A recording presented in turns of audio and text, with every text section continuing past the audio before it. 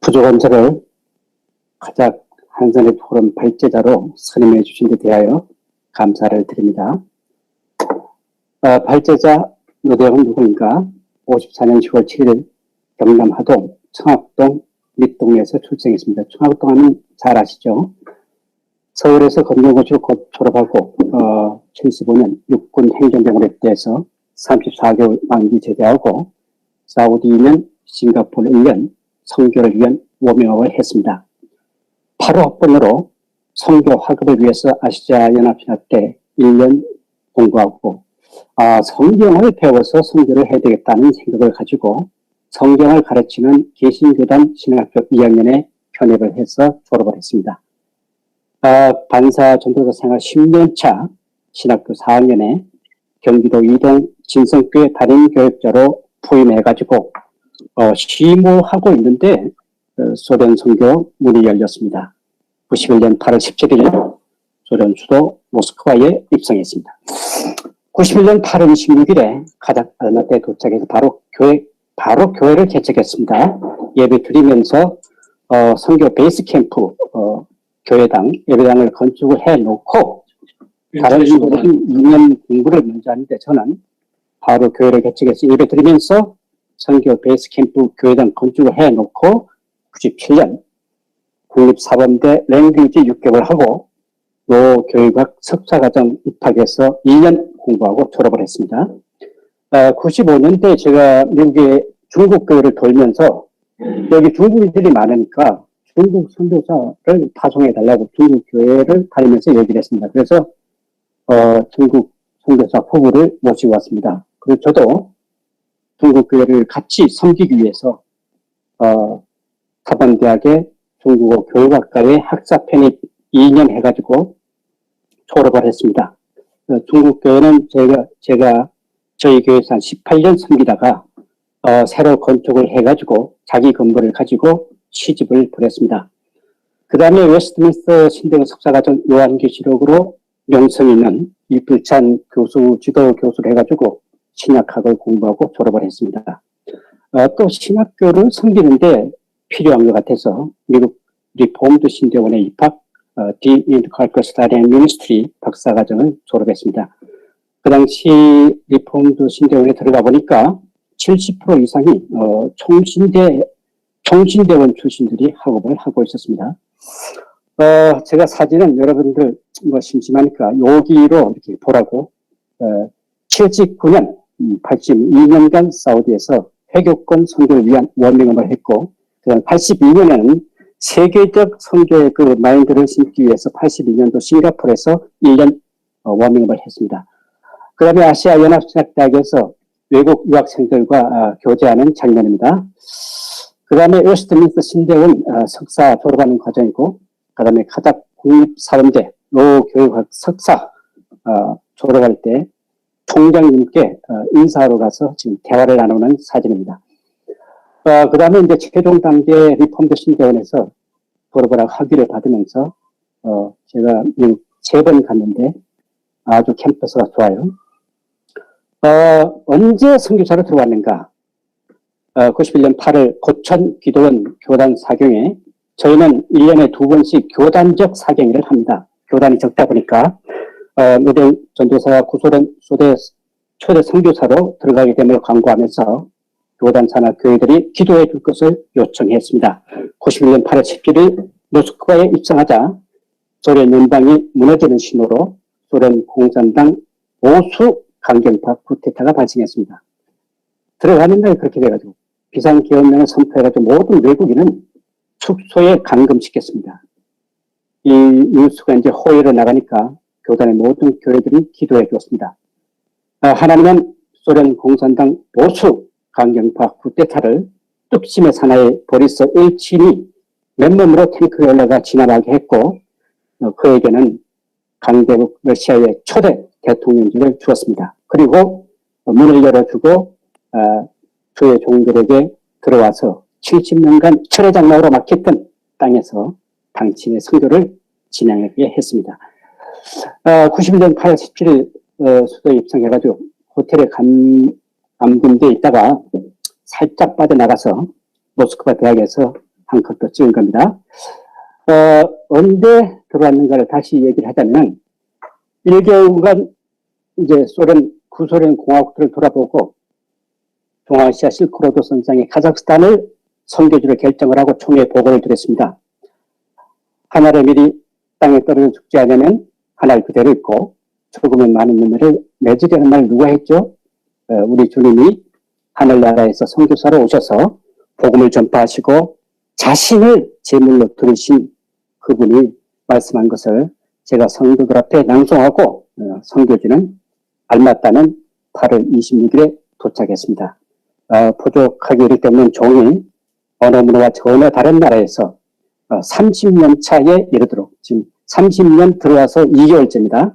하나님의 구속사의 일비 지역을 감당할 수 있었던 것은 순전한 하나님의 은혜였습니다. 그동안 거단 산하 교회들이 기도하여 주심에 힘입어 회교권 바탕의 다민족 국가 카자흐스탄에서 개신교가 이제 2%는 좀 넘었을 거예요.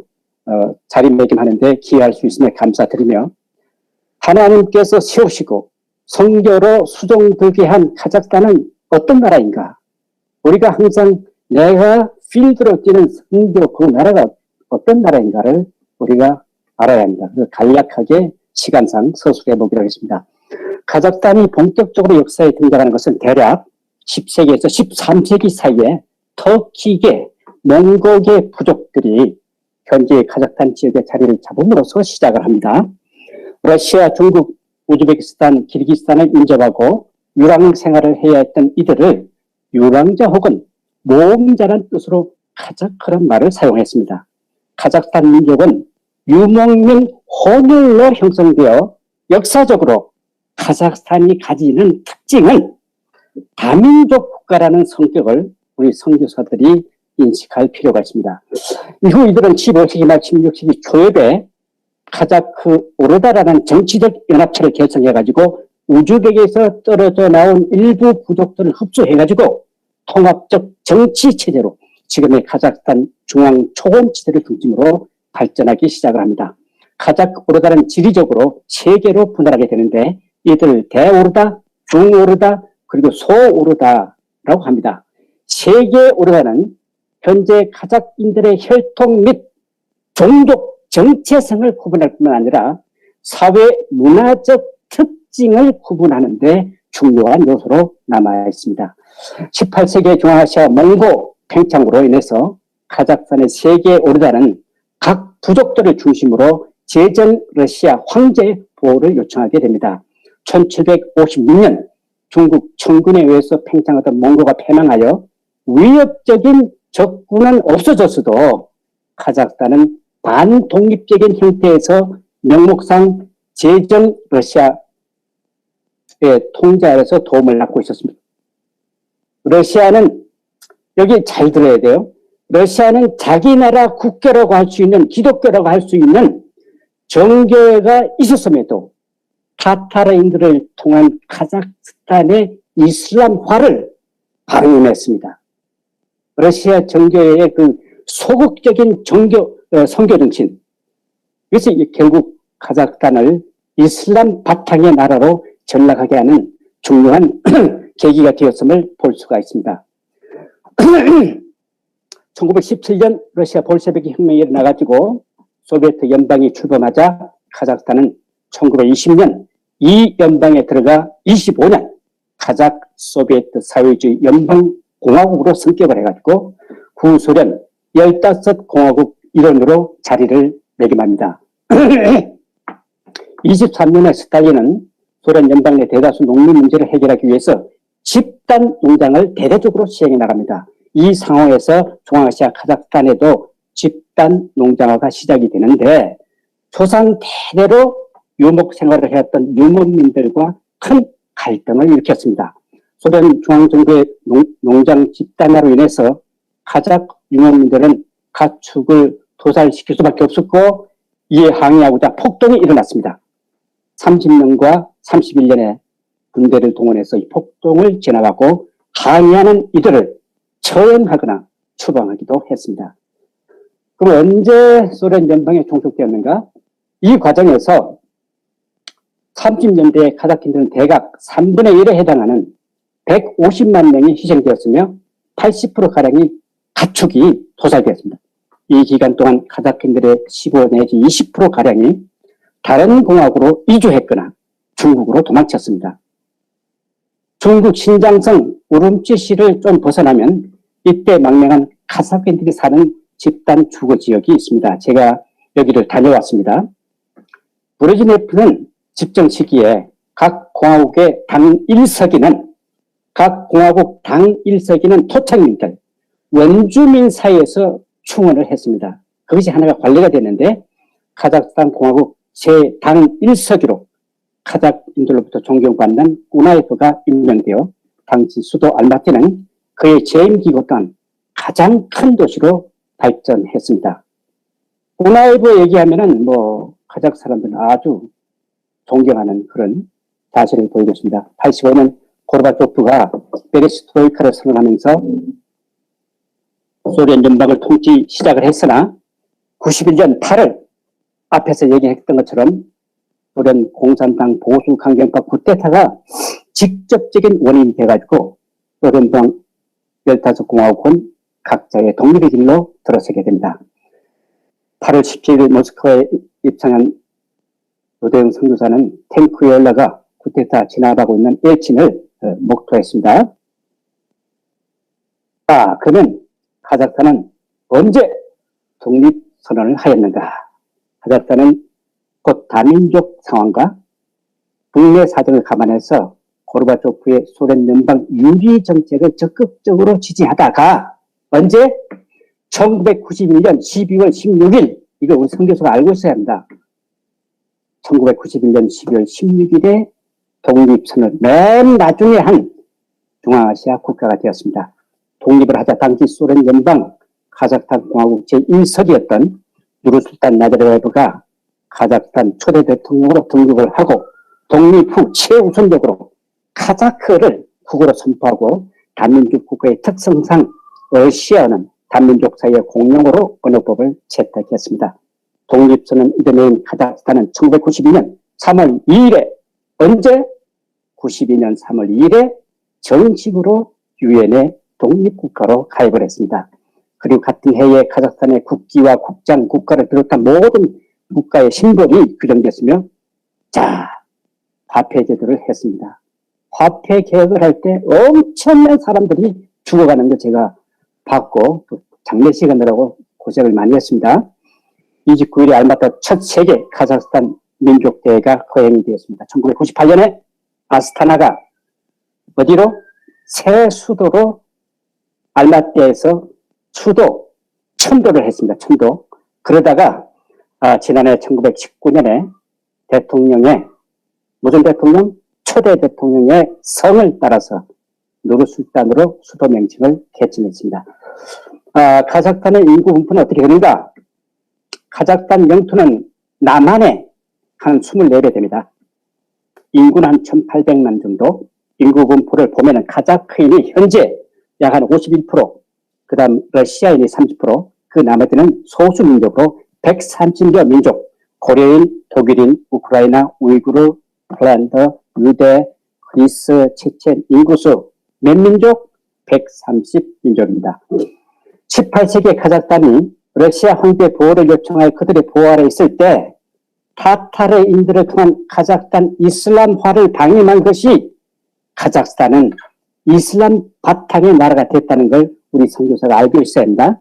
현재 많은 이슬람 사원이 전 지역에 산지에 있으며 계속 발전해 나가는 추세입니다. 우리가 보고 있죠.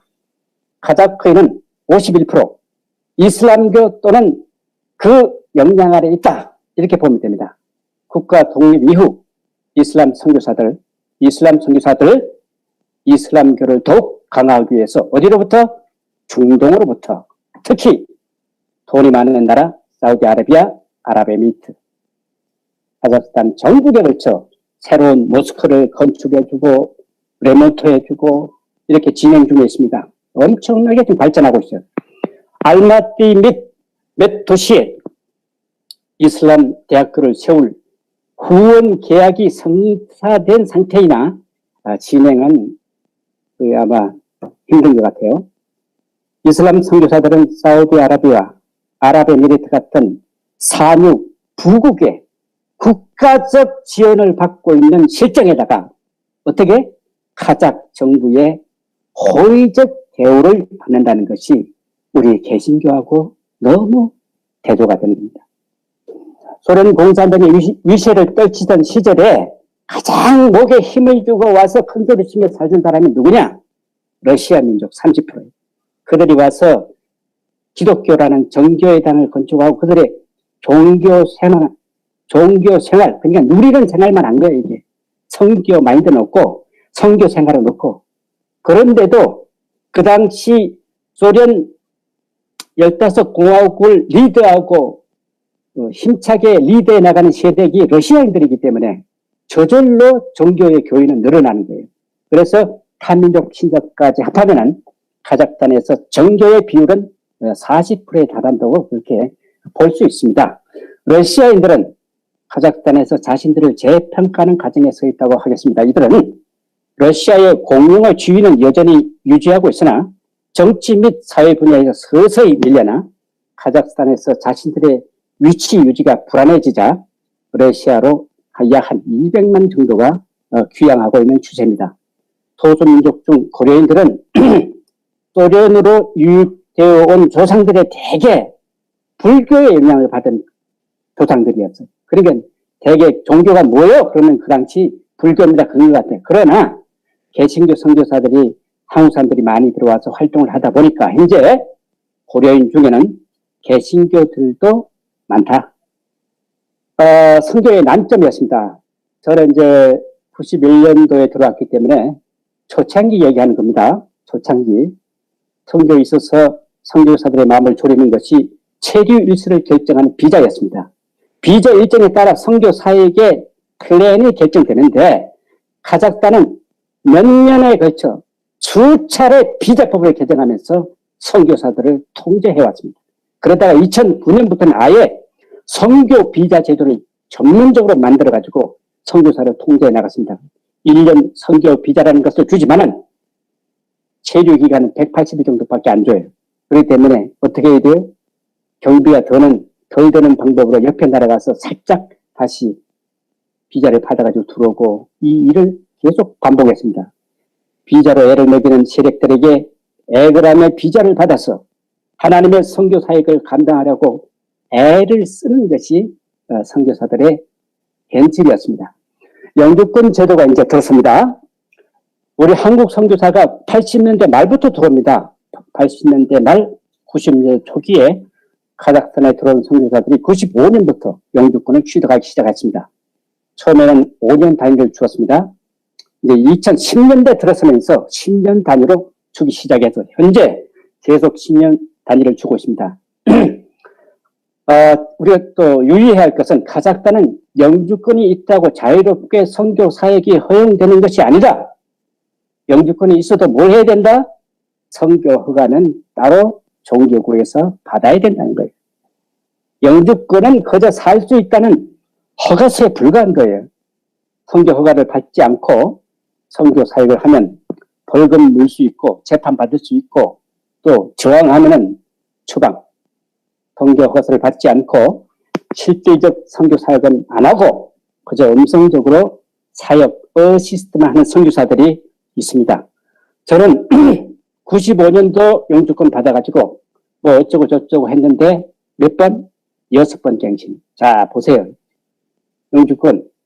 옆에 보세요. 30년 채 6번 갱신된 영주권.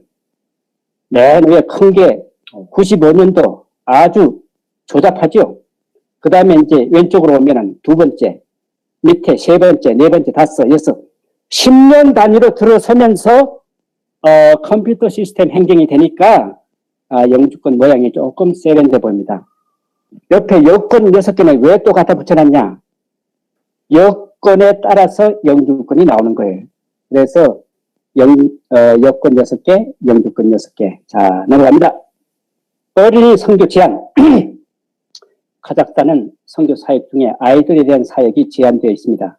아이들에게 복음을 전하고 교회로 인도하고자 할 때 18세 미만은 부모의 동의서를 받아야 합니다. 이를 지키지 않고 사역을 하다 발각이 될 경우 엄청난 말은 제가 빼겠습니다. 벌금과 함께 재판을 받고 또 추방까지 이어집니다. 선교사들은 어린이 선교 전면에 나서기 어려운 실정임을 우리가 알고 있어야 합니다. 자, 저는 무조건 1년에 한두 번씩 어린이들 모아놓고 성경을 가르쳤어요. 성경. 이 보세요. 전부 성경 배우고 있잖아요. 어린이 성경학교. 여기거리로 제가 서비스하는 거예요, 사진. 자, 카자긴 제자 양육이 이게 제가 말씀드렸죠. 저희 교회가 100% 현지인 교회인데 코리아인, 러시아인, 카자크인 이렇게 3등분 되어 있습니다. 그 중에서 물론 이제 카자크인이 제일 적긴 한데 회교권 다민족국 카자흐스탄에서 회교도 집안 출신 카자크인 제자를 양육하는 것은 뭐에 해당한다? 고난도에 해당한다. 회교도 집안에서는 누구든지 타 종교를 받아들이고 따르는 것은 곧 배신으로 간주되어 박해와 죽음으로 이어집니다. 일단 제자의 길로 결단을 내리면 일가 친척이 알지 못하는 그런 은신처로 피해서 숨어 지내야 하고 그 가족 생계비, 아이들의 교육비를 누가 부담해? 그 제자를 키우려면 그 선교사가 책임을 져야 돼. 일가 친척이 발각이 되는 날에는 그 제자도 선교사도 곤욕을 치르게 됩니다. 믿음과 사명의식이 견고하지 못한 카자크 형제는 어디로 빠꾸도 한다? 자기 집으로 돌아갑니다. 카자크 형제를 지금 키워서 3년 신앙생활하고 3년 신학교 생활하고 3년 단독 목회 해가지고 9년 만에 지금 목사고시를 지금 보고 있는 거예요. 지금. 필기시험을 감독하고 있는 고시위원 통합측 오영등 목사. 그 다음에 16년 6월에 아스타나 교회 부임해서 지금까지 카자크 사람들이 그렇게 충성을 잘해요. 일단 들어섰다 하면 이제 들어서기까지가 힘들어. 자, 목사고시는 어떻게 보는가? 논문 20페이지. 나는 카자흐스탄 도그마에 어떻게 기여할 것인가? 한번 써봐라. 그거 써오면은 뭘 줘요? 다음은 주회를 할 수 있도록 주회 성경 구절을 줍니다. 그 다음에 그걸 써오면 설교할 수 있는 그 세 가지를 써오면은 이제 필기시험으로 조직신학, 교회사, 성경, 교회 헌법을 이제 필기로 보는데, 보지요? 빽빽하게 썼잖아. 아스타나 담임으로 부임하기 전에, 저희는 이제 담임으로 부임하기 전에, 저희 교회가 이제 센터 교회인데, 센터 교회 와서 성도들 앞에서 설교로 신고식을 하고 갑니다. 그래야 우리 성도들이 기도를 해주니까. 근데 설교하고 그 가족들하고 부임하기 전에 인사하는 모습입니다. 아이가 지금 4명입니다. 1997년에 개척한 누르술탄 교회, 우리 지금 아스타나에 계시는 박건순 선교사님이 잘 도와주고 계십니다.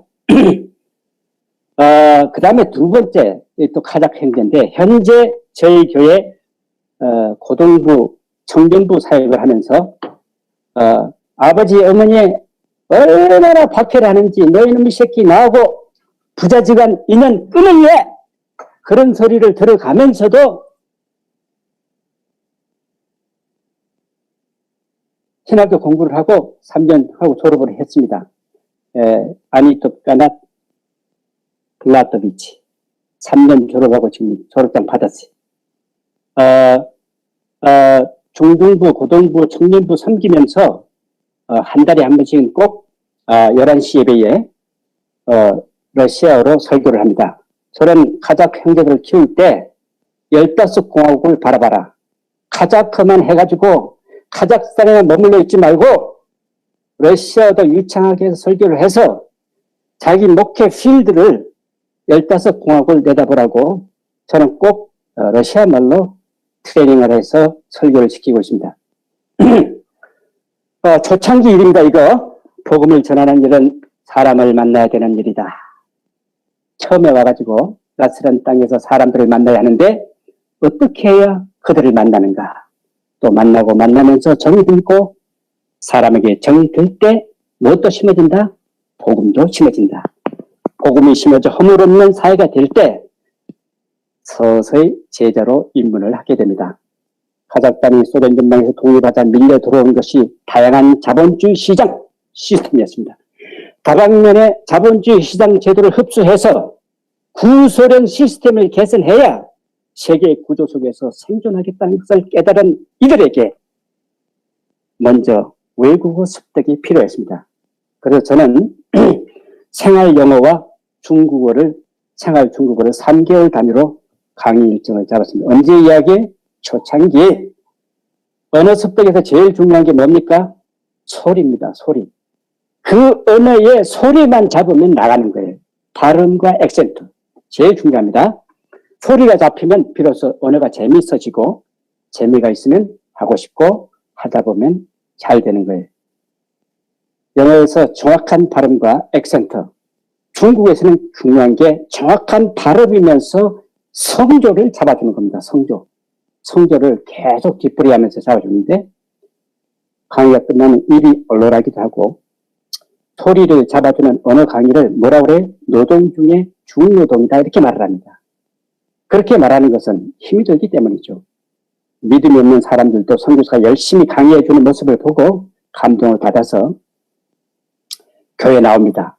카자흐 사람도 나와. 강의 시작 초두에 뭐래요? 칠판에다가 성경 구절을 내가 일일이 씁니다. 써가지고 이 성경 구절을 계속 repeat again 계속 반복해서 읽습니다. 주 2회 일주일에 2번 3개월 만나다 보면 어느새 복음이 그들 속에 들어가고 예배 시간을 늦지 마라 그런 말도 나누게 됩니다. 이렇게 해서 젊은이들을 제자로 삼아 교회를 세워나가는데 아주 유용하게 활용이 되었습니다. 외국어 교육은 선교지 전략에서 집중할 가치가 있는 것으로 나타났습니다. 특히 회교권 지역 선교의 중요 방안으로 간주가 됩니다. 오늘날 세계 회교권 전체 선교사 중에 35%가 교육사업에 종사하고 있다는 것이 증명하고 있습니다. 92년, 94년 영어 강의 수강생들 사진을 보면 가운데 있는 사람이 목사가 됐습니다. 뒤에 있는 사람, 이 청년들이 다 그때 초창기 교회를 받쳐주는 멤버가 됐어. 그러니까 열심히 가르치는 거예요. 막 열심히. 그러다 보면 따라오는 거예요. 94년 강의. 중국어는 뭐가 중요하다? 발음과 성조입니다. 1성부터 4성까지. 이것만 잡아주면 중국어는 저절로 나가는 거예요. 선교사는 이제 제자 양육을 해야 하는데 목회를 해야 제자가 생산된다. 물론 동의를 안 하는 선교사도 있어요. 미국에서 온 선교사가 그러더라고. 목사님, 목회를 왜 합니까? 미국 선교사들이 그렇게 말을 많이 하더라고. 선교사는 목회를 통해서 모든 면의 본을 보여야 제자가 나타납니다. 언어와 문화와 풍습이 전혀 다른 선교지에서 수많은 갈등을 겪으면서 목회를 하는 것은 뭐 때문이다? 제자 양육 때문에 그런 거예요. 그들에게 목회는 어떻게 하는 거다? 본을 보여야 돼. 아무것도 없는데 무슨 목회를 하겠어, 그 사람들이. 예배를 어떻게 인도하는가? 설교자성을 어떻게 하는가? 경건생활을 어떻게 하는가? 기도생활, 신방, 기도회, 성경 공부, 교회당 건축은 어떻게 해야 경제적으로 하는가? 악한 자의 치리는 어떻게 하는가? 직분자들은 어떻게 세우는가? 동탄직은 언제, 어느 때 누가 침례하는가? 세례는 어떤 사람에게 침례하는가? 세례 문답은 어느 때 소그룹 인도는 어떻게 하는가? 설교 준비는 언제 하는가? 설교는 어떻게 하는 게 효과적인가? 스승이 하는 것을 배우는 것이 제자입니다.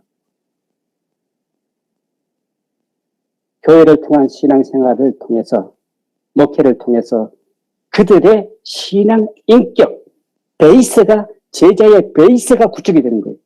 제자로서의 삶을 살아가는 본질적 훈련을 하게 되는 거예요. 교회 생활을 통해서.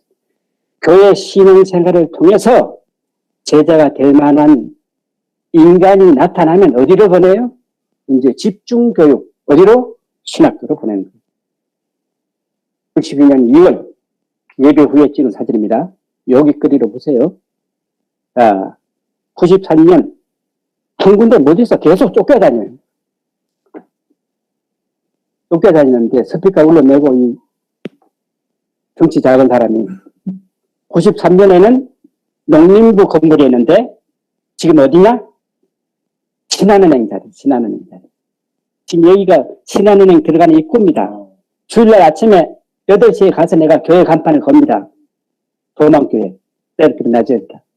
그 다음에 여기는 감사절 찬양은 어디? 신한은행 2층에 올라가면 강당이 있어. 아주 잘 지어놨. 농림부 강당이니까. 막 농사 짓는 전국 농사꾼들 불러다가 수련하는 강의하는 데 같아요. 지금 거기서 찬양하고 있는.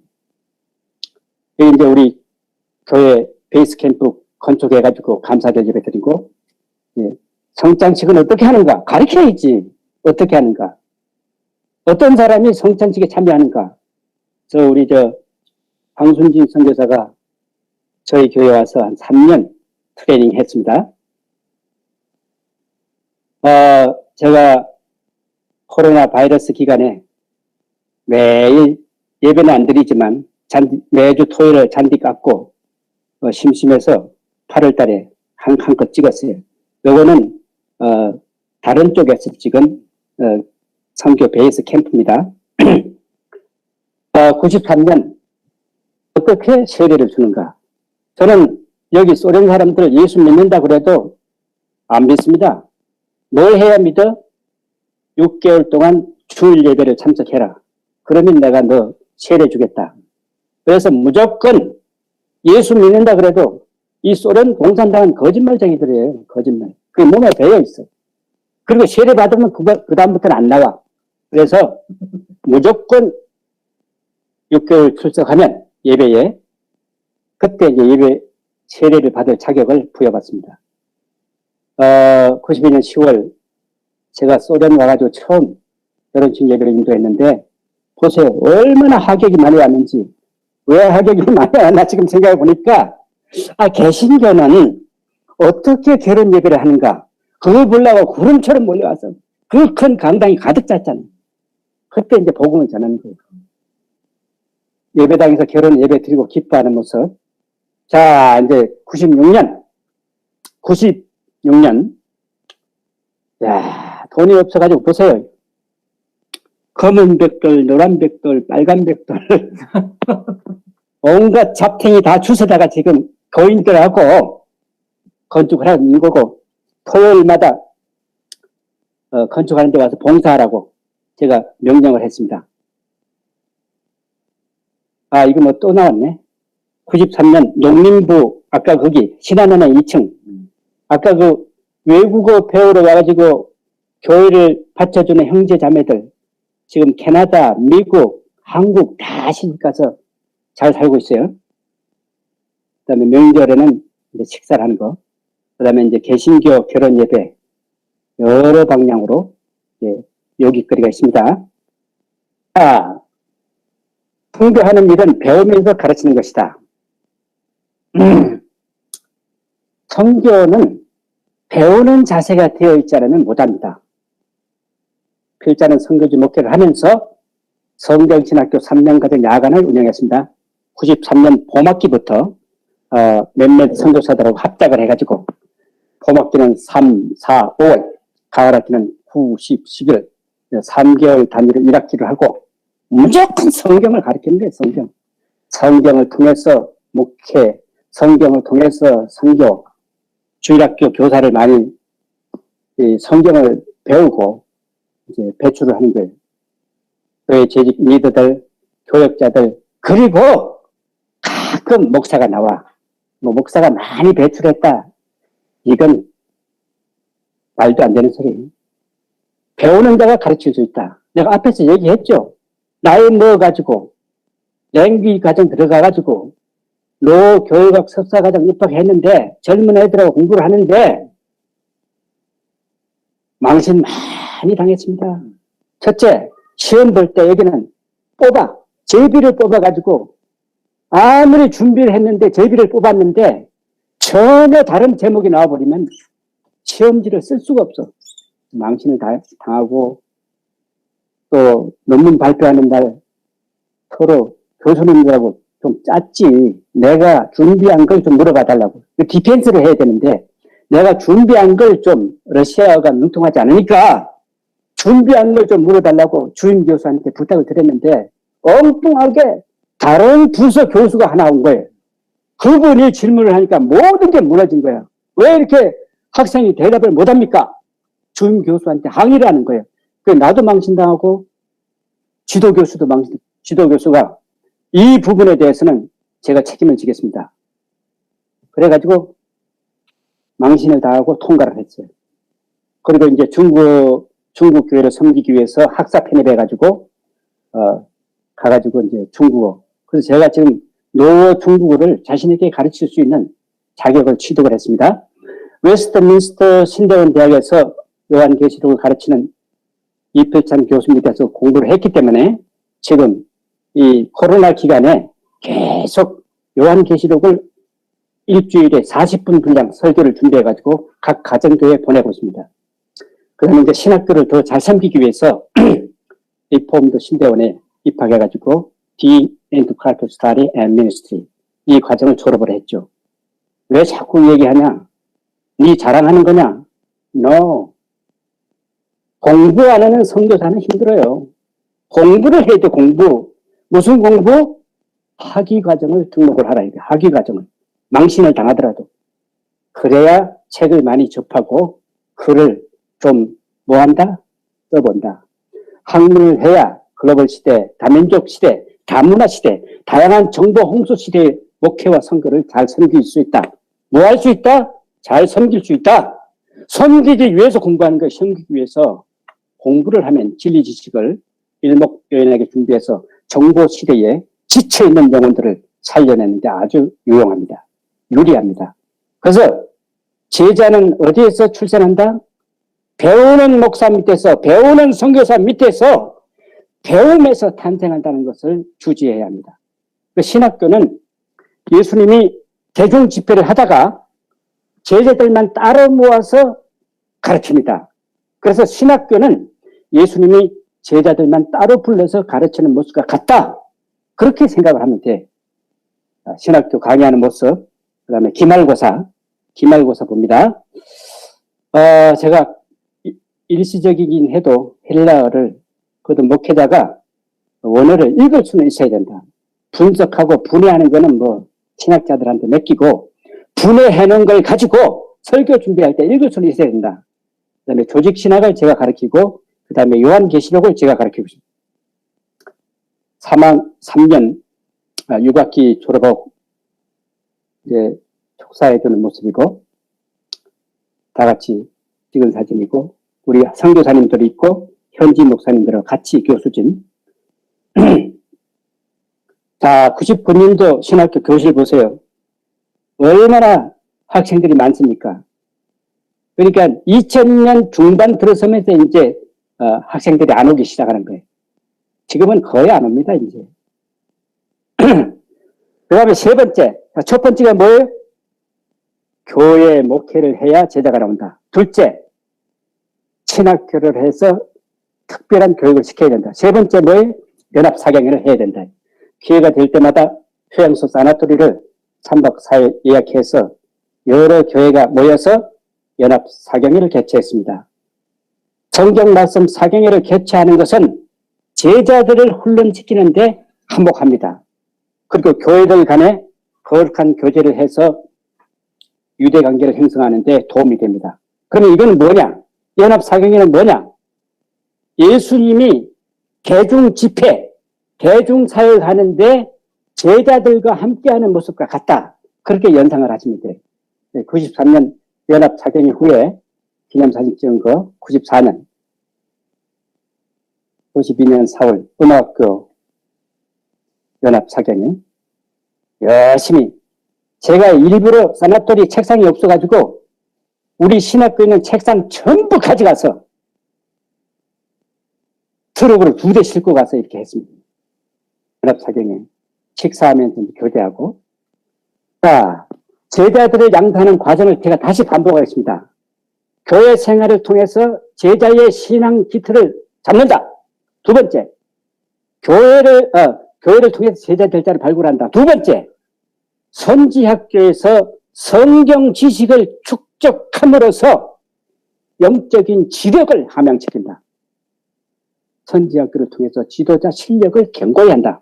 그 다음 세 번째, 교회 연합 사경회를 통해서 유연한 지도력을 형성한다. 이게 교회 연합 사경회를 통해서 독단적으로 좌로나 우로나 치우치지 않게 하고 이단 사이비에 말려들지 않게 한다는 거예요. 그래서 대중을 통솔하는, 대중을 다스리는 훈련을 시키는 거예요. 교회 생활, 신학교 생활, 연합 사경회 생활, 이게 중요한 거예요. 선교사가 목회를 통해서 다시 반복합니다. 자신이 먼저 제자의 길을 본을 보여야 된다. 선교의 핵심은 뭐다? 제자 양육하는 거예요. 제자는 뭐 하는 거다? 보고 배우는 거예요. 보고 배우는 거. 선교사 놀러 다니면 제자들도 놀러 다녀. 교회 목회를 통해서 제자의 길을 본을 보여야 된다. 신학교를 통해서 확실한 지식 체계를 가지고 제자를 훈련해야 한다. 연합 사경회를 통해서 수정 보완해 나갈 수 있어야 한다. 대중을 통솔하는, 다스리는 훈련을 해야 되는 거예요. 그래서 제가 이거 하나 그렸어요. 이 삼각관계가 유기적으로 딱 밸런스가 맞아요. 성부, 성자, 성령, 그런 삼위일체의 원리처럼 제자 양성 과정은 교회, 신학교, 연합사경회. 어떤 자에게 목사같이 임시 자격을 주나 신학교 졸업하고 단임 목회 3년 이상 흠이 없어야 돼.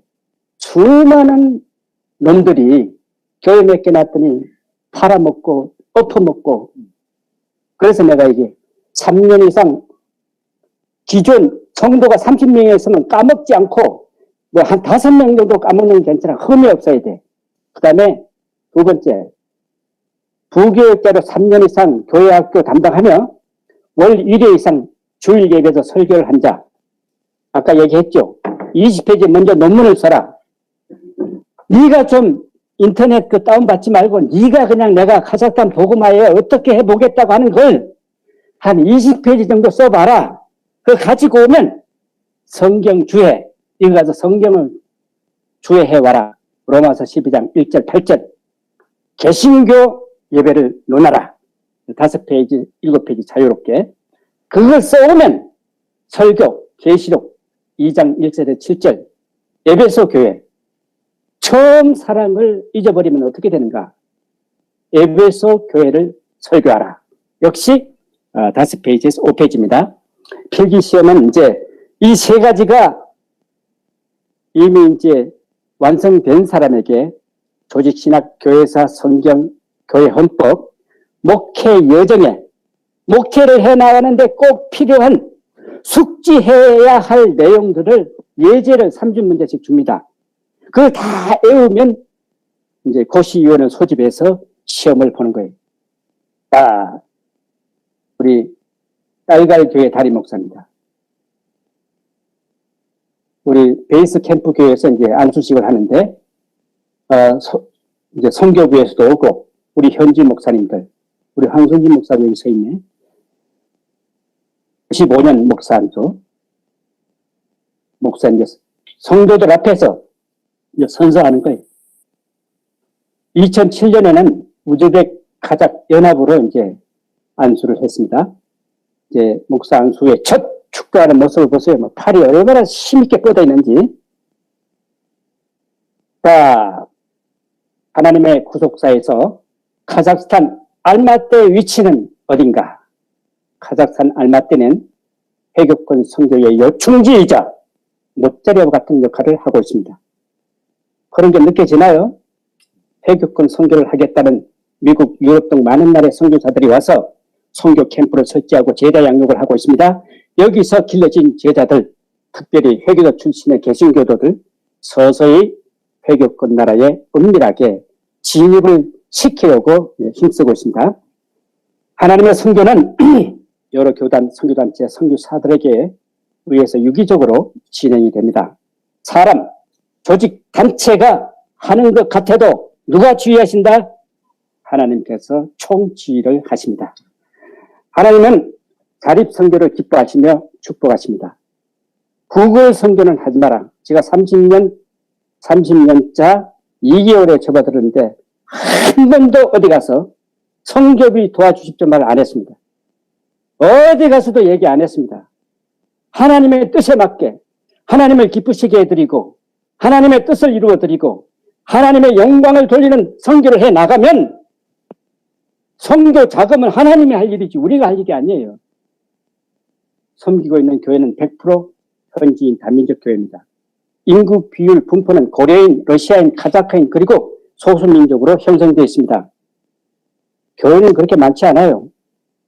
2008년 10월에 집사회에서 노대영 선교사는 선교사의 생활비를 너희들 현지 교회, 알마타 소망교회가 부담해라.